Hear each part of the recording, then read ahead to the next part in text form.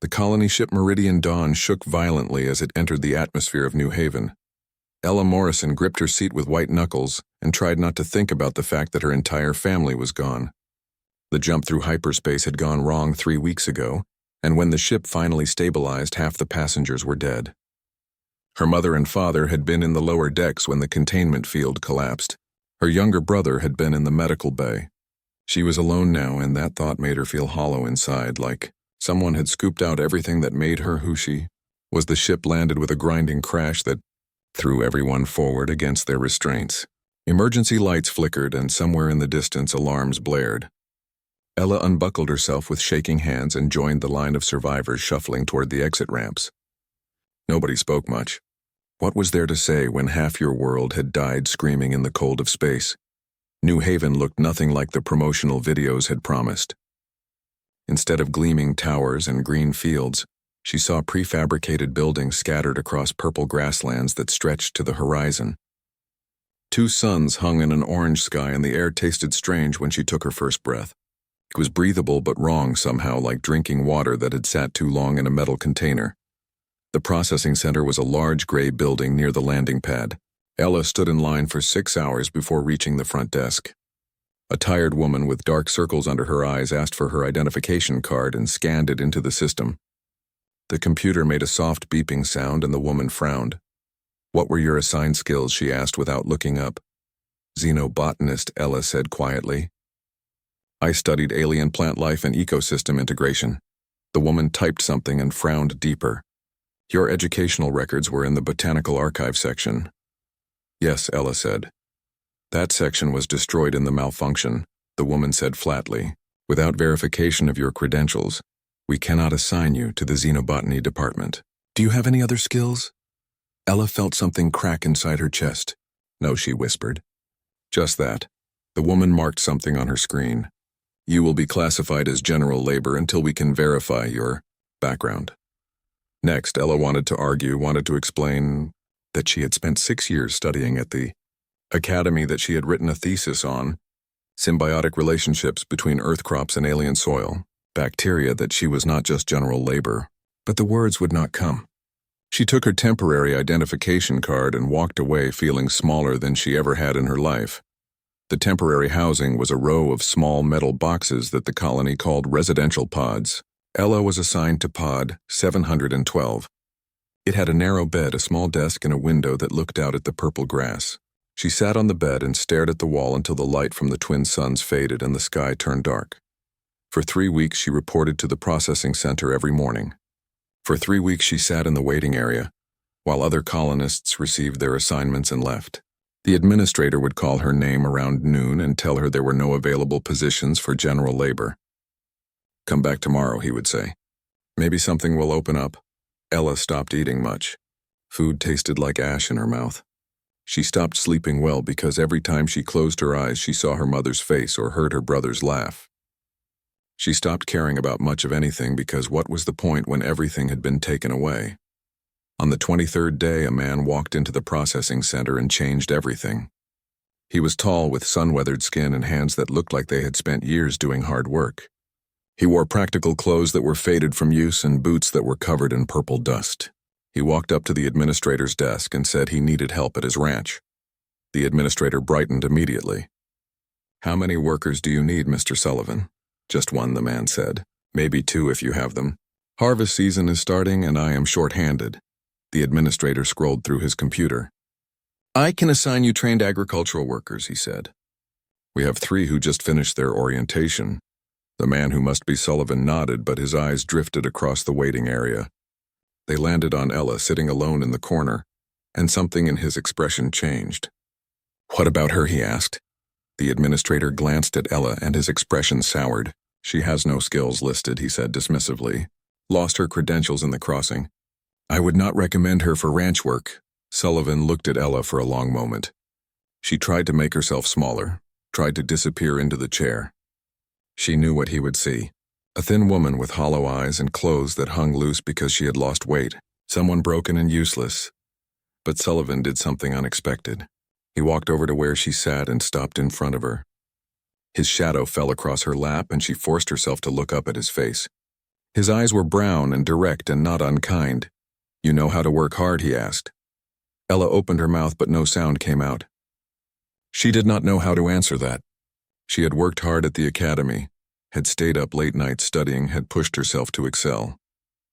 But that felt like a different life, a different person. Sullivan seemed to understand her silence. "That is the only skill that matters out here," he said. "The rest you can learn. You want a job." Something in his voice made her believe he meant it. Something in the way he looked at her like she was a person and not a problem made her find her voice. "Yes," she said. "Yes, I do," Sullivan nodded once. "Then you are hired. Get your things and meet me at the south gate in 1 hour." He turned to the administrator. "Mark her as assigned to Sullivan Ranch." The administrator looked like he wanted to argue, but Sullivan was already walking toward the door. Ella sat frozen for a moment, unable to process what had just happened. Then she stood on shaking legs and went to pack the few belongings she had left. The transport truck rumbled across the purple grasslands, and Ella gripped the door handle as they bounced over rough terrain. Sullivan drove in silence, and she was grateful for that because she did not know what to say to this stranger, who had given her a chance when nobody else would. Through the dusty window she watched the colony buildings shrink behind them until there was nothing but endless fields of alien grass that swayed in the wind like waves on an ocean. After 2 hours of driving, Sullivan pointed ahead. "That is home," he said. The Sullivan Ranch appeared on the horizon like an island in a purple sea. The main house was solid construction built low to the ground with thick walls and a sloped roof. Around it were several outbuildings and equipment sheds. Beyond those stretched fenced fields where strange-looking cattle grazed on the native grass. The animals were bigger than earth cows with thicker hides and an extra set of legs that made them look stable on the uneven ground. Sullivan parked the truck near the main house and killed the engine. "Come on," he said. "I will introduce you to the crew." Ella climbed out and her legs wobbled from sitting so long.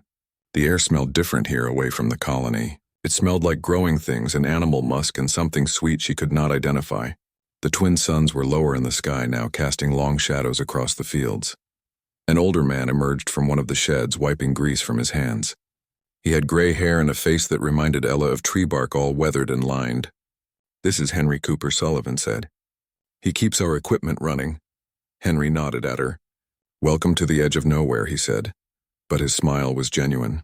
A woman in work coveralls came out of the barn leading one of the strange cattle. She was younger than Henry, with dark skin and confident movements. "This is Lisa Grant," Sullivan said. "She handles our livestock health." Lisa looked Ella up and down with a critical eye that made Ella want to shrink away. "You ever work with animals before?" she asked. "No," Ella admitted. Lisa shrugged. "You will learn. These beasts are tough, but they get sick same as anything. You see one acting strange, you tell me right away." A young couple came walking in from the outer fields hand in hand. The man was stocky and sunburned while the woman was tall and lean. "Pete and Claire Johnson," Sullivan said. "They maintain the perimeter fences." Pete waved cheerfully. "Hope you do not mind hard work," he said. "We got about 40 miles of fence line and something is always breaking." Claire elbowed him gently. "Do not scare her off on the first day." She smiled at Ella. "You will do fine. We all started somewhere." Sullivan showed Ella to the bunkhouse, which was a long building divided into private rooms. Hers was small but clean, with a real bed and a window that looked out toward the fields. There was a dresser and a closet and a small bathroom attached. It was more space than she had in the residential pod. "Get settled," Sullivan said from the doorway. "Dinner is at sunset in the main house. Tomorrow we start early, so get some sleep." After he left, Ella sat on the bed and tried to process everything. These people had welcomed her without asking about her past, without questioning her lack of skills. It felt unreal, like she had stumbled into someone else's life by accident. Dinner was simple but filling. Lisa had made a stew from the ranch cattle meat and native vegetables that tasted surprisingly good. Everyone sat around a large wooden table and talked about the day's work. Ella stayed quiet and listened as they discussed broken water lines and sick calves and fence posts that needed replacing. "You talk much?" Henry asked her suddenly. Ella looked up, startled. "Not really," she said. "That is fine," Henry said. "Some folks are talkers and some are listeners. Both are useful on a ranch." The next morning started before the twin suns rose. Sullivan knocked on her door and told her they were heading to the south pasture. Ella dressed quickly in the work clothes Lisa had given her and followed him outside. The air was cold and the stars were still visible in the purple sky. They spent the day checking fence posts and clearing debris from the water channels that ran through the fields. The work was backbreaking. Ella had never used her muscles like this, and by midday her whole body screamed in protest. Her hands blistered from gripping tools. Her back ached from bending over. Her legs shook from walking miles across uneven ground. Sullivan worked beside her the entire time, never asking her to do anything he would not do himself. When she struggled to lift a heavy post, he helped her without comment. When she dropped a tool because her hands were cramping, he picked it up and showed her a better way to grip it. By sunset, Ella could barely walk back to the bunkhouse. She collapsed on her bed, still wearing her dirty clothes, and fell asleep immediately. The next day was worse. Her muscles had stiffened overnight, and every movement was agony. But Sullivan was waiting at her door at the same early hour, and she forced herself to get up and follow him. This pattern continued for a week. Every day the work was brutal, and every night Ella fell into bed wondering if she could do it again tomorrow. Her hands became a mess of broken blisters, and her body was covered in bruises from bumping into things she was too tired to avoid. On the 7th evening, she could not take it anymore. She was repairing a fence section with Sullivan when something inside her broke. The tears came without warning, and once they started, she could not stop them. "I cannot do this," she said through sobs. "I am useless. I cannot do anything right. I am nothing." The words hung in the air between them. Sullivan set down his tools and sat on the purple grass beside the fence. He did not speak right away, just took off his work gloves and looked at the sunset. Then he reached over and took her hand. His palm was rough with calluses, but his grip was gentle. He smiled, that same quiet smile from the processing center. "You fixed the water reclamator yesterday when Henry could not figure it out," he said. "You spotted the sick calf before Lisa did this morning. You have not quit, even though I can see every muscle you got is screaming." He squeezed her hand gently. "That is not nothing, Ella. That is everything out here." 3 months passed, and Ella slowly became someone new. Her hands grew calloused and strong. Her body adapted to the hard work until she could keep up with the others without collapsing each night. She learned the rhythms of the ranch and the habits of the strange cattle, and the ways the purple grass grew in patterns that indicated underground water. She was not the broken woman who had arrived anymore, though she still felt hollow sometimes when she lay in bed at night. One morning, everything changed. Ella was checking the eastern fence line alone when she noticed movement at the tree line. Not the crystal forest that grew further out, but the scrub vegetation that marked the boundary of human territory. She froze and watched as figures emerged from the brush. They were not human. That was her first coherent thought. Her second was that they were beautiful. They stood roughly the same height as humans, but their skin was not skin at all. It was crystalline and translucent, and it caught the light from the twin suns and broke it into rainbow patterns that shifted as they moved. There were 5 of them, and they stopped at the fence and looked at her. Ella's hand went to the radio on her belt. Colony protocol said any contact with the native species required immediate military notification. The Vereen had been observed from a distance, but they had never approached human settlements before. Her finger hovered over the call button. One of the Vereen raised a device, and a voice came from it speaking in accented but clear English. "We mean no harm to the fence walker. We come to speak with the rancher called Sullivan." Ella's hand stayed on the radio. "How do you know his name?" she asked. "We have watched this place for many cycles," the Vereen said. "The one called Sullivan tends the land with respect. He plants the singing grasses between his fields. He cleans the water before returning it to the deep streams. He does not burn the crystal woods for warmth. We wish to speak with him." Ella made a decision that probably broke a dozen regulations. "I will get him," she said. "Please wait here." She ran back to the ranch house faster than she had ever run before. Sullivan was working on a broken irrigation pump with Henry. When she gasped out what she had seen, Sullivan grabbed his hat and started walking toward the eastern fence, immediately. "You are just going to go talk to them?" Henry asked. Incredulously, "They asked for me," Sullivan said. "Be rude not to answer." He looked at Ella. "You coming?" She nodded and followed him back across the fields. Her heart was pounding and her mind was racing through everything she had learned about xenobiology at the academy. The Vereen were classified as technologically advanced and peaceful, but beyond that, humans knew almost nothing about them. When they reached the fence, the Vereen were still waiting. Sullivan walked right up to them with no hesitation and stopped a respectful distance away. "I am Jake Sullivan," he said. "This is my ranch. What can I do for you?" The Vereen who had spoken before stepped forward. Its crystalline skin shifted colors from blue to green. I am called Dawn Reflection in your language. I lead this gathering group. We come because we need help and your kind has refused us. What kind of help? Sullivan asked. Our young are dying, Dawn Reflection said, and for the first time Ella heard emotion in the translated voice. A plague spreads among them. We asked your colony medical officers for aid, but they say we are too different. They cannot help us, they say, but we have watched you here at this place and we see you understand the land in ways others do not. Perhaps you understand us as well. Sullivan shook his head slowly. I'm just a rancher, he said. I do not know anything about medicine or biology. But he turned and looked at Ella. She does. Ella felt every eye turned toward her, both human and alien. Her mouth went dry. I was trained in xenobotany, she said carefully. Not medicine. I studied plants, not people. Dawn Reflection's colors shifted to something Ella could not interpret. You study how living things interact with their world, yes? Yes, Ella said. Then perhaps you can help. Our people and our world are one. The plants we use for healing are part of us. The sickness that kills our young may be answered by the land if we know how to ask. Ella's mind was racing. What Dawn Reflection described sounded like an ecosystem problem, not a medical one. If the Vereen had evolved in symbiosis with their planet's biology, then solutions to their health problems might exist in that relationship. But she had no equipment, no references, no resources. I lost everything in the ship disaster, she said. All my research, all my databases, everything. I do not even have my credentials anymore. The colony does not recognize me as a scientist. Dawn Reflection moved closer to the fence. We do not care about your credentials. We care only if you will try. Will you help us fence Walker? Ella looked at Sullivan. He nodded once. Your call, he said, but I think you can do this. She took a deep breath. I will need samples, she said. Plants that you use for medicine. Samples from the sick individuals, if possible. Any data you have about the progression of the illness. And I will need somewhere to work. You can use the barn, Sullivan said. We will clear out a section and set up tables.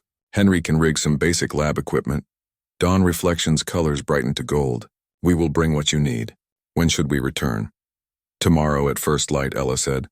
And she realized as she said it that she had just committed herself to something impossible. She was going to try to cure an alien plague with no credentials, no equipment, and no idea if she could actually do it. After the Vereen left, Sullivan walked with her back to the ranch house in silence. Finally he spoke. You did not have to say yes, he said. I know, Ella said. But they asked for help.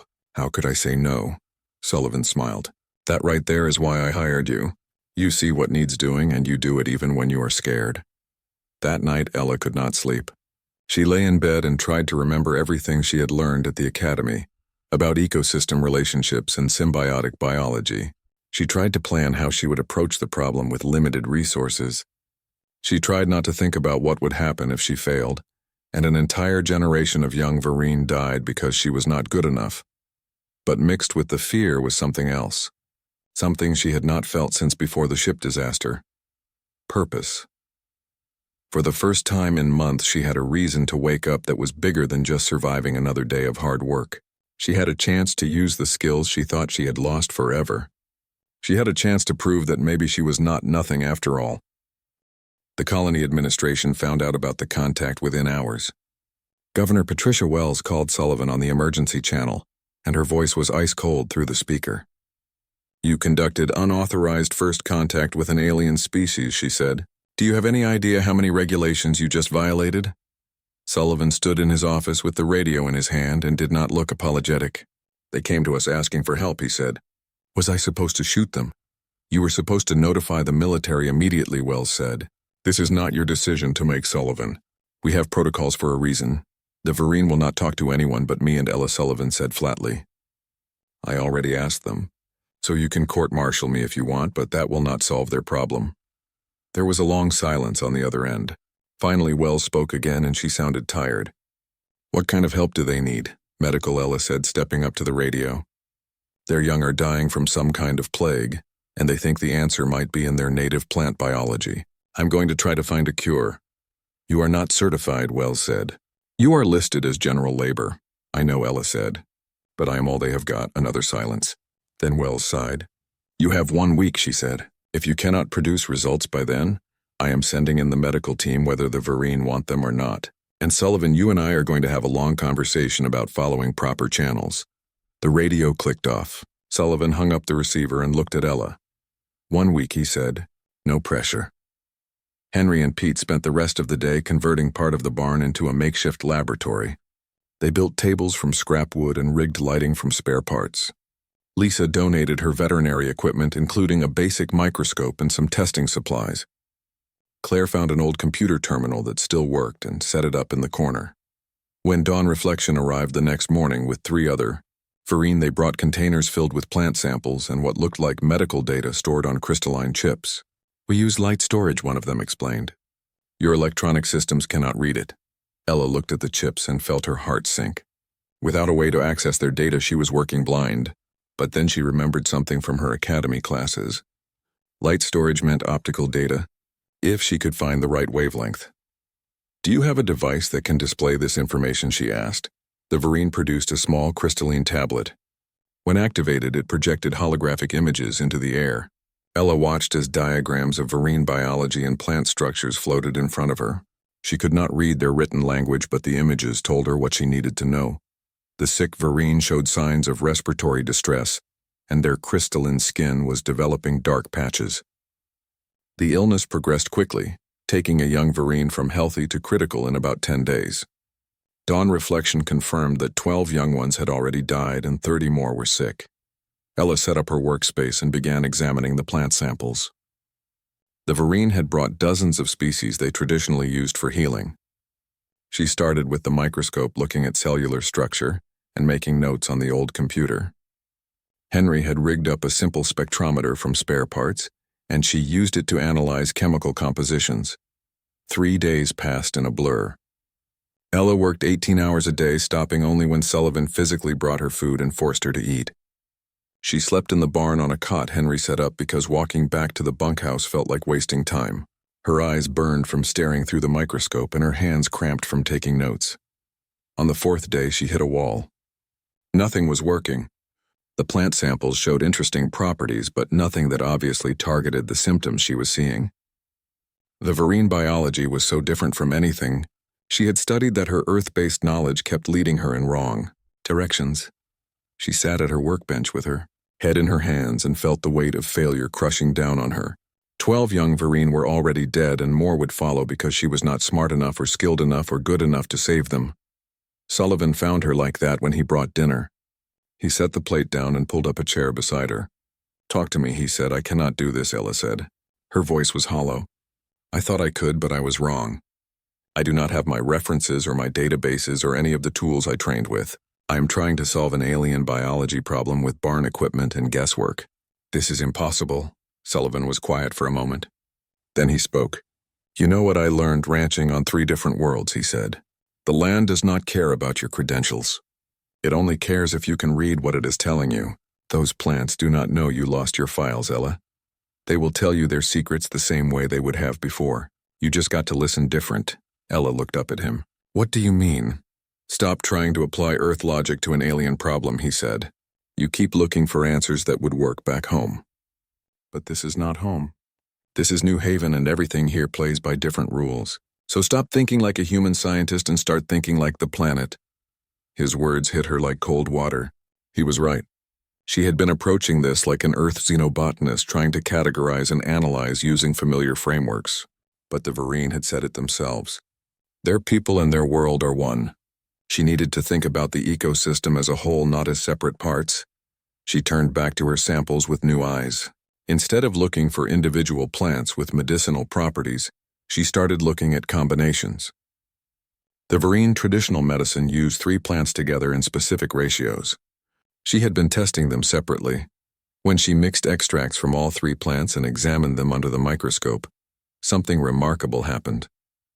The compounds interacted, creating a new structure that was not present in any of them alone. It was like watching a key form itself to fit a lock. She worked through the night testing different combinations and ratios. By dawn, she had a formula that theoretically should trigger the Vereen immune system to recognize and attack the plague organism. But theory was not proof. Dawn Reflection arrived at first light as promised. Ella met them outside the barn, exhausted but energized. I think I have something, she said, but I need to test it. Do you have any sick individuals who would be willing to try an experimental treatment? Dawn Reflection's colors shifted to cautious orange. How certain are you that it will work?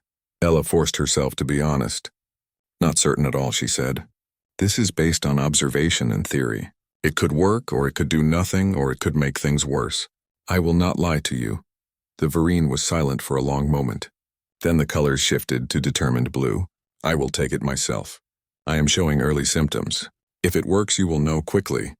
If it fails, at least the risk was mine alone. Before Ella could argue, Dawn Reflection reached for the treatment. Dawn Reflection's recovery was nothing short of miraculous. Within 12 hours, the dark patches on the crystalline skin began to fade. Within 2 days, they were completely gone, and Dawn Reflection's light patterns were bright and healthy. The treatment worked, and it worked fast. Over the next week, every sick Vereen received the cure, and every single one recovered. The young ones who had been on the edge of death were running and playing again.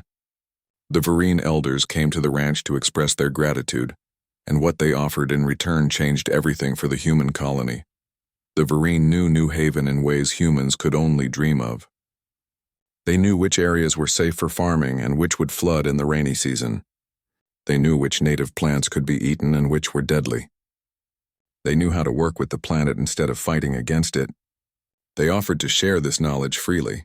Governor Wells was forced to recognize the value of what had happened. She held a colony-wide meeting and announced that the Vereen had agreed to a formal cooperation agreement. Humans would be allowed to expand their settlements, and the Vereen would teach them how to do it sustainably. Ella was officially reinstated as a xenobiologist and given a real laboratory in the colony proper. But not everyone was happy about this new partnership. A man named Gregory Shaw stood up during the meeting, and his voice was loud with anger. We did not come light years across space to take farming lessons from aliens, he said. We came here to build a new world using human ingenuity and human technology. These Vereen are holding us back from our true potential. Shaw ran Frontier Resources, Inc., which was the largest corporate entity in the colony. His company had been planning to expand mining operations into areas that turned out to be Vereen sacred sites. The cooperation agreement meant those plans were now blocked. We have identified rich mineral deposits in the crystal forests, Shaw continued. Resources that could make this colony wealthy and self-sufficient. But now we are supposed to just leave them alone because some aliens consider them holy. That is not progress, that is surrender. Several people in the audience nodded. Ella felt a chill run down her spine. She had been so focused on the medical crisis that she had not thought about the political implications. Not everyone would see the Vereen as potential friends. Over the next few weeks, Shaw's rhetoric grew more extreme. He started a media campaign painting the Vereen as a threat to human expansion. He questioned whether the plague had been natural or a biological attack. He spread rumors that the Vereen were secretly hostile and just waiting for humans to let their guard down. Ella became a target. Anonymous messages started appearing in her colony network account, calling her a traitor to humanity. Someone broke into her new laboratory and destroyed weeks of research samples. Graffiti appeared on the walls near her residential pod. Alien lover, it said. Go back to your own kind. She wanted to hide, wanted to quit, wanted to disappear. The old hollow feeling came back, and she found herself sitting in her laboratory staring at nothing for hours. Jake Sullivan found her there one evening after she failed to show up for a scheduled meeting with the Vereen Council. You cannot let them win, he said, sitting down across from her amid the wreckage of her destroyed samples. I do not know how to fight this, Ella said. Shaw has money and influence, and people listen to him. What do I have? You have the truth, Sullivan said. You saved Vereen lives, and they trust you. That matters more than any propaganda campaign. But what if he is right, Ella said quietly. What if I am putting human interests second? What if cooperation means we cannot grow the way we need to? Sullivan shook his head.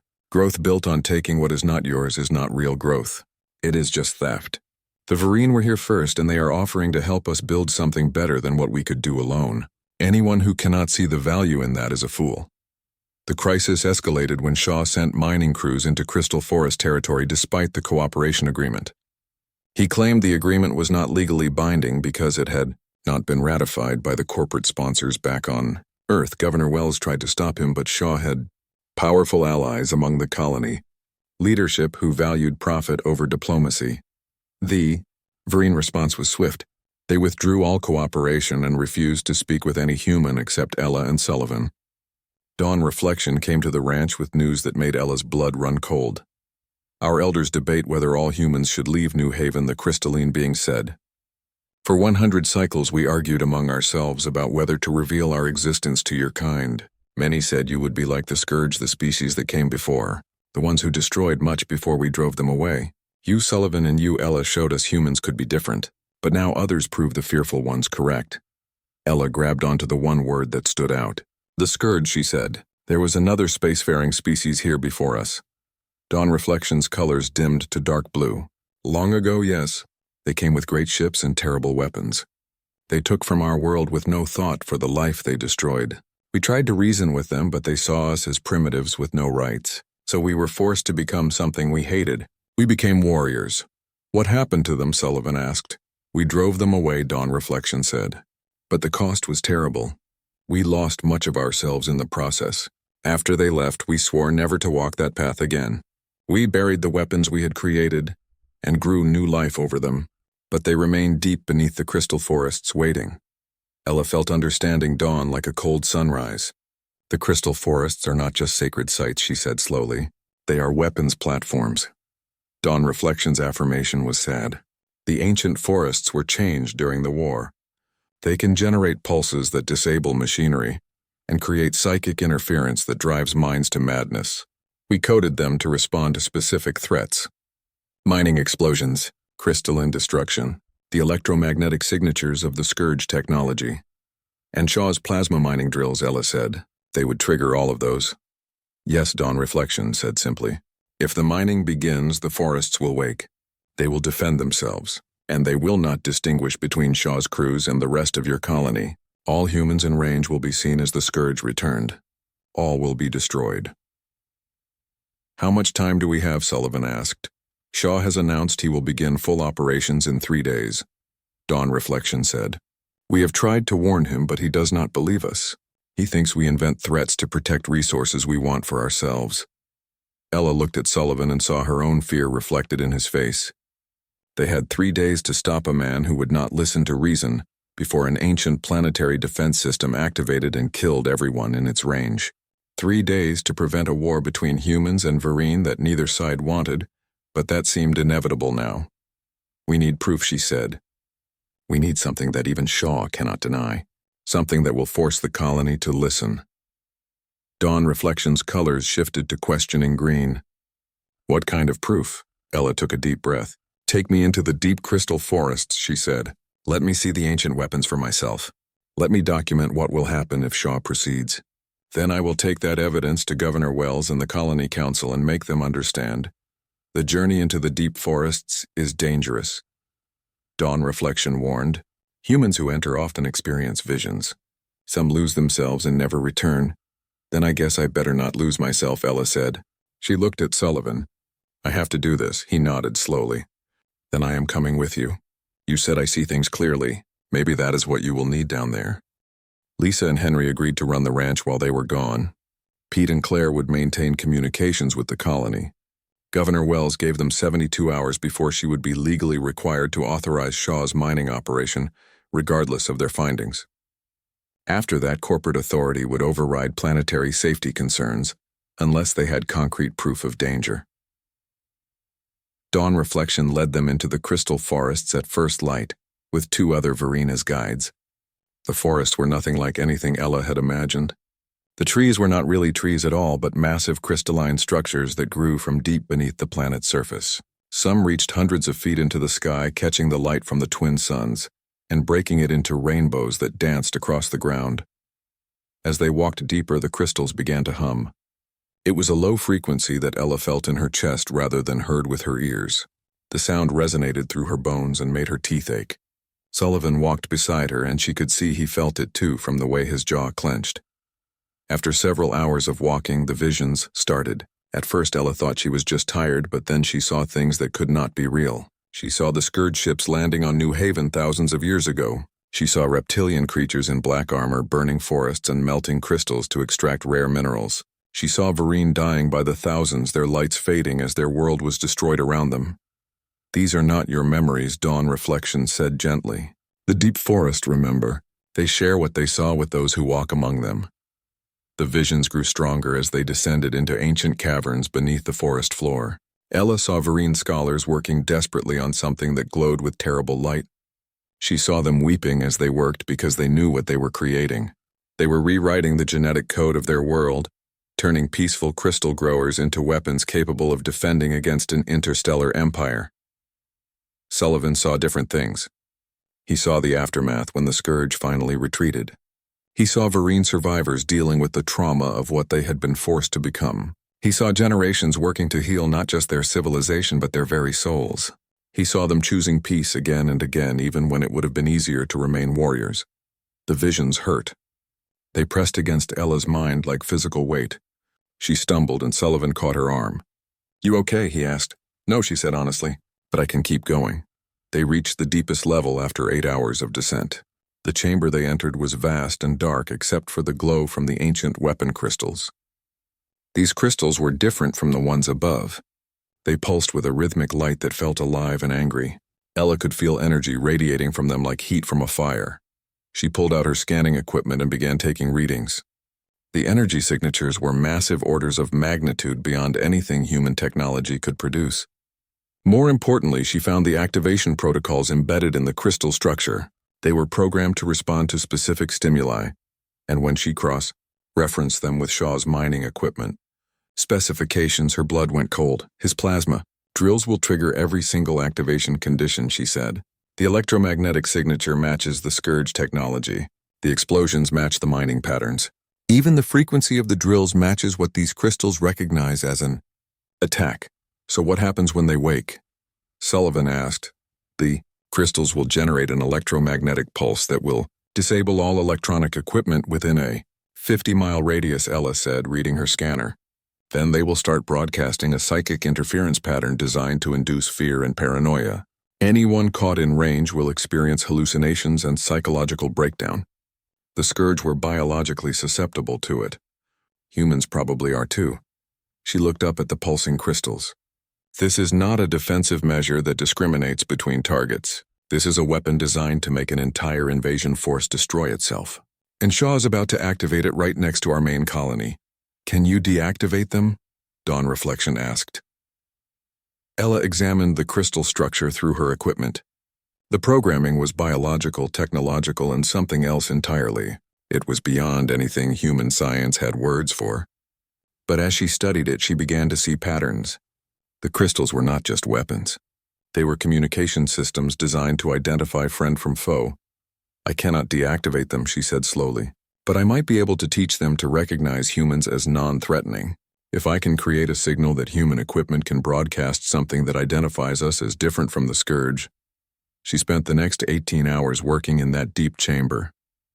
Dawn Reflection and the other variant helped her understand the crystal network's language. It was like the plague cure all over again. She had to stop thinking like a human scientist and start thinking like the planet itself.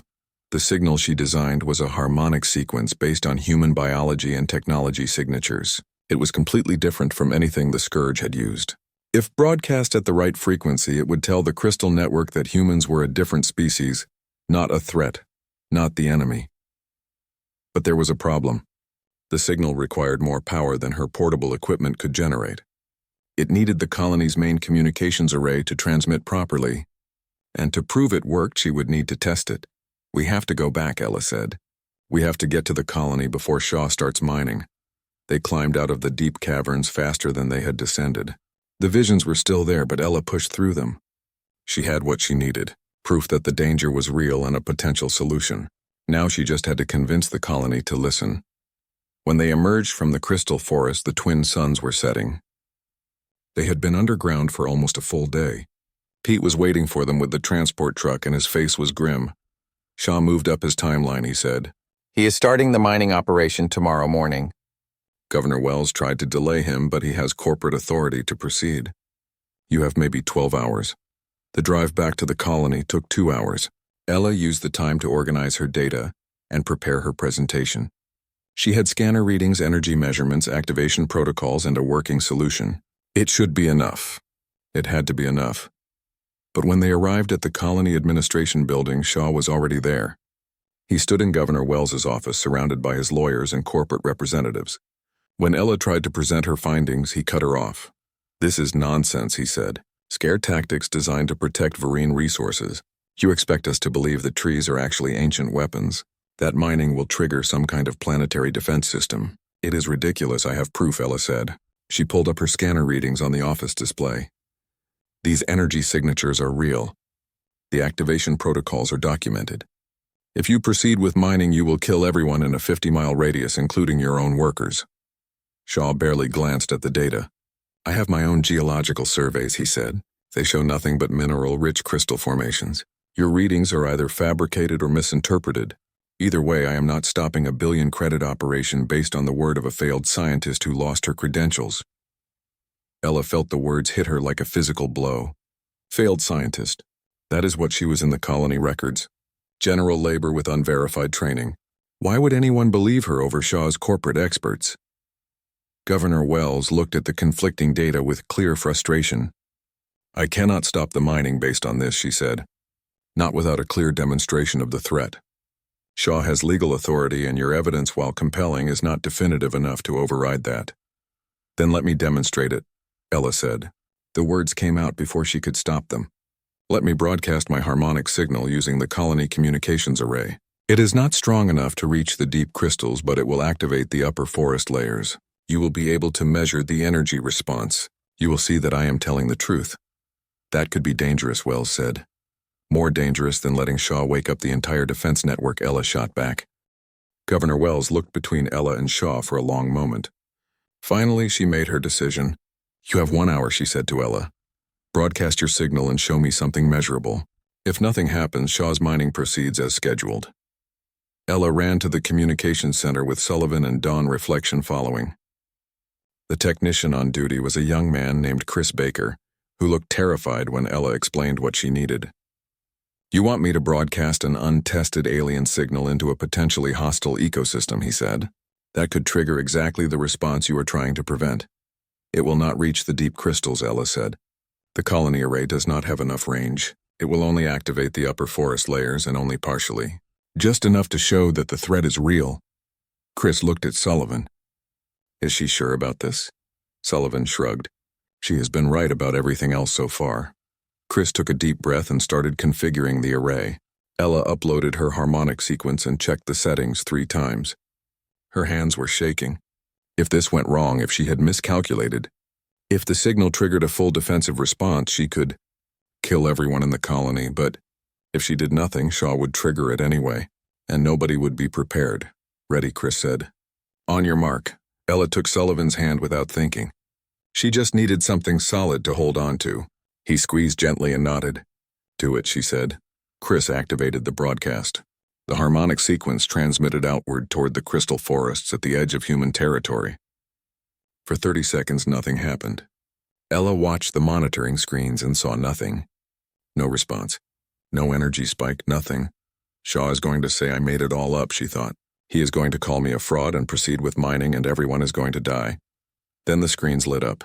Energy readings spiked across every sensor pointed at the crystal forests. The trees were responding. They began to glow with light that was visible even from the colony several miles away. The glow pulsed in patterns that matched Ella's harmonic sequence. "They are talking back," Dawn Reflection said with wonder. "The forests hear your signal and they respond. They recognize it as non-threatening. Look at the pattern."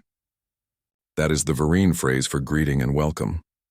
The glow intensified and Ella's equipment registered massive energy buildup. Not aggressive, but present. The crystals were charging up, showing what they were capable of. Anyone with sensors could see that the power levels were exactly what Ella had predicted. Enough to disable electronics and broadcast psychic interference across dozens of miles. But then something unexpected happened. The forests did not just respond to Ella's signal. They modified it. They added harmonics and frequencies that she had not programmed. The pattern became more complex, more layered, more beautiful. "What are they doing?" Sullivan asked. "They are learning," Dawn Reflection said. "The forests are adjusting their protocols. Your signal teaches them that humans are different from the Scourge. They incorporate this knowledge. They will remember." Ella felt tears running down her face. She had not just proven the threat was real. She had started a conversation between humanity and New Haven itself. She had begun teaching a planetary defense system to recognize humans as friends, not enemies. Governor Wells arrived at the communications center with Shaw and half the colony council. They crowded around the monitoring screens and stared at the readings. Shaw's face was pale. "What is that?" he said, pointing at the energy measurements. "That is what your mining would have triggered," Ella said. "Except it would have been hostile. It would have been attacking instead of greeting. Every person in your mining camp would be dead right now." Wells turned to Shaw. "The operation is canceled," she said. "Effective immediately. You will not proceed until we have worked with the Vereen to identify safe mining sites that will not trigger the defense network. You cannot do this," Shaw said, but his voice lacked conviction. "I just did," Wells said. "Corporate authority does not override planetary survival. Get your equipment out of Crystal Forest territory by tomorrow, or I will have it removed by force." Shaw left without another word. Some of the council members followed him, but others stayed. They asked questions, and Ella answered them as best she could. She explained the history of the Scourge invasion. She explained how the Vereen had been forced to weaponize their world. She explained that the solution was not to fight the defense system, but to teach it to recognize humans as allies. Over the next several days, everything changed. The Vereen elders came to the colony not in secret but openly. They met with Governor Wells and the council and negotiated a formal treaty. Humans would be allowed to mine and farm and build, but only in cooperation with the Vereen. Sites would be chosen carefully. Impact would be minimized. The planet would be respected. In exchange, the Vereen would share their deep knowledge of New Haven's ecosystems. They would teach humans how to work with the world instead of against it. They would help the colony become truly sustainable instead of just barely surviving. Ella's work became the foundation for this new relationship. Her method of communicating with the crystal forests through harmonic sequences became the basis for ongoing dialogue between human technology and the planetary defense network. She trained others in xenobiology and ecosystem integration. She published papers that would transform how humans approached colonization across the galaxy. But more than that, she became the living bridge between two species. When humans needed to understand Vereen biology or customs, they came to her. When Vereen needed to understand human motivations or technology, they came to her. She was trusted by both sides because she had proven herself to both. The Sullivan Ranch remained at the center of it all. Jake expanded the operation with Vereen cooperation learning techniques that tripled his yield while actually improving the land. The ranch became a demonstration site where other colonists could see what was possible when humans and Vereen worked together. One evening, 6 months after the crisis, Ella stood at the edge of the crystal forests watching the sunset. The trees glowed softly in the fading light, responding to her presence with gentle, welcoming patterns. She had taught them to recognize her specifically, and they always greeted her now. Sullivan walked up beside her, and they stood in comfortable silence for a while. "You did good," he said finally. "You saved a lot of lives, both human and Vereen." Ella thought about the woman she had been when she arrived on New Haven, broken and hollow and convinced she was nothing. She thought about how wrong she had been. "You saved me first," she said, "back when nobody else would even look at me. You gave me a chance to become this." Sullivan shook his head. "I just gave you a job. You did the rest yourself. You were never nothing, Ella. You just needed to remember that." She smiled and took his hand the way he had taken hers all those months ago. The crystal forest hummed around them, and the twin suns painted the sky in colors Earth never knew. Somewhere in the distance, Vereen were singing their evening songs. Somewhere in the colony, humans were learning to live in harmony with an alien world. And Ella Morrison, who had thought she lost everything, realized she had found something better. Not a replacement for what was taken, but something new. Purpose, belonging, home. The rancher just smiled. 3 years passed, and New Haven transformed from a struggling frontier colony into something unprecedented in human history. A world where two intelligent species lived and worked together, not as conquerors and conquered, but as genuine partners. The model they created spread across human space as other colonies learned from their example. Ella's methods of ecosystem communication became standard practice. Every new colony now trained xenobiologists in her techniques of listening to alien worlds instead of imposing Earth solutions. Her published work won awards from scientific institutions across human space. Universities offered her positions. Governments wanted her to consult on first contact protocols. She turned them all down. Her place was here on New Haven, where the work was never finished. There was always more to learn about the crystal forests and their ancient programming. Always more to discover about Vereen biology and culture. Always new colonists arriving who needed to understand that success on an alien world meant respecting what was already there. The Sullivan Ranch had become legendary. Visitors came from across the colony and beyond to see how Jake had integrated human ranching with Vereen land management. His cattle were healthier and more productive than any other operation. His fields yielded crops that colonial scientists said should not grow in New Haven soil. The secret was simple. He listened to the land and worked with it instead of forcing it to conform. Ella had moved out of the bunkhouse 2 years ago. She lived in the main ranch house now in a room next to Jake's. Their relationship had evolved slowly, naturally, like everything else on the ranch. From employer and employee to colleagues to friends to something deeper that neither of them felt the need to define with words. On a morning that started, like any other, Ella was working in her laboratory when dawn reflection arrived with news. The Vereen elders want to share something with you, the crystalline being said. Something we have never shown humans before. What is it? Ella asked, setting down her work. Our deep history, Dawn reflection said. The records we kept before the scourge came, before we became warriors. We want you to understand who we were so you can help us become that again. They traveled deep into the crystal forests to a place Ella had never been. A chamber beneath the oldest and largest crystal trees where the Vereen stored their historical records. The chamber walls were lined with crystalline tablets that glowed with soft light. These contained 10,000 cycles of our peaceful history, Dawn reflection explained. Art and science and philosophy from before we knew war. We sealed this place when the scourge came because we feared becoming something that would destroy these memories. Now we open it again because of you. Because of me, Ella asked. You showed us that growth and peace can coexist, Dawn reflection said. That cooperation is not weakness. That sharing knowledge makes both people stronger. You reminded us of who we wanted to be. Over the following months, Ella worked with Vereen historians to translate and preserve those ancient records. What she found was remarkable. The Vereen had been artists and scientists and philosophers. They had built a civilization based on harmony with their world and each other. The scourge had nearly destroyed all of that, but not quite. Now, with human partnership, they could reclaim it. Human technology could help preserve and share the ancient knowledge. Human perspective could help the Vereen see their own history in new ways. And Vereen wisdom could help humans build a better civilization than they had managed on Earth. The work was deeply fulfilling, but it was the small moments that Ella treasured most. Evening meals with the ranch crew where they shared stories and laughter. Walking the fence lines with Jake and talking about everything and nothing. Watching the crystal forests glow at sunset, knowing they recognized her as a friend. One evening, as she and Jake sat on the porch of the ranch house watching the twin suns descend, he asked her a question.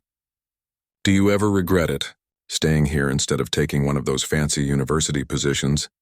Ella thought about it honestly. Sometimes she wondered what her life would have been like if she had become famous and traveled across human space as an expert consultant.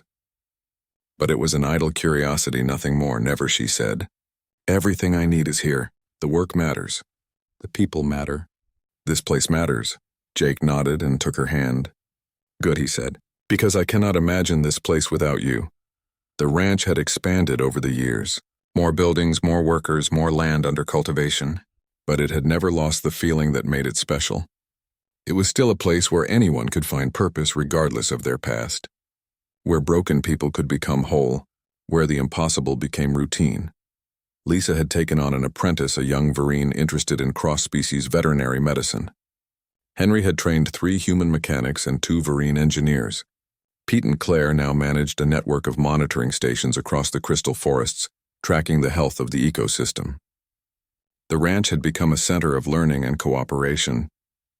On the 5th anniversary of Ella's arrival at New Haven, the colony held a celebration. Governor Wells gave a speech about how far they had come, how the cooperation between humans and Vereen had made them all stronger, how New Haven had become a model for peaceful colonization. But when Ella was asked to speak, she kept it simple. She stood in front of hundreds of humans and Vereen and told them the truth. 5 years ago, I arrived here convinced I was nothing, she said. I had lost everything I cared about. My family, my credentials, my purpose. I thought my life was over. Then a rancher took my hand and showed me I was wrong. She looked at Jake standing in the crowd.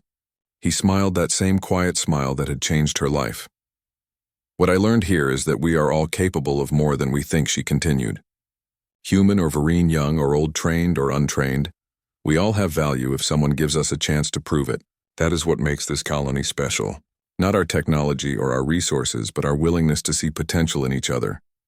The applause was thunderous, but Ella barely heard it. She was thinking about the woman she had been and the woman she had become. About the journey from broken to whole. About the truth that no one is ever really nothing. After the ceremony, she and Jake walked back to the ranch under the stars of an alien sky. The crystal forest glowed softly around them, humming their eternal song. Somewhere in the distance, Vereen voices joined in harmony. You know what the best part is, Ella said. About everything that happened? What Jake asked. I finally understand what you meant that first day, she said. When you told me I was everything. I thought you were just being kind, but you were telling the truth.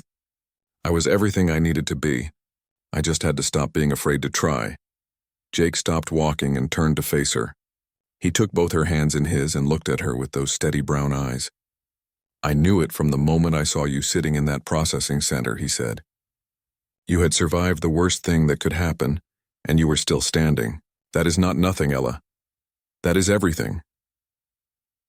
She kissed him then under the alien stars on purple grass that glowed with bioluminescence, and she knew with absolute certainty that she was home. Not the home she had lost, but a better one. A home she had built through hard work and courage and the willingness to believe she could be more than her worst moments. The crystal forests sang around them, and the twin moons rose over the horizon.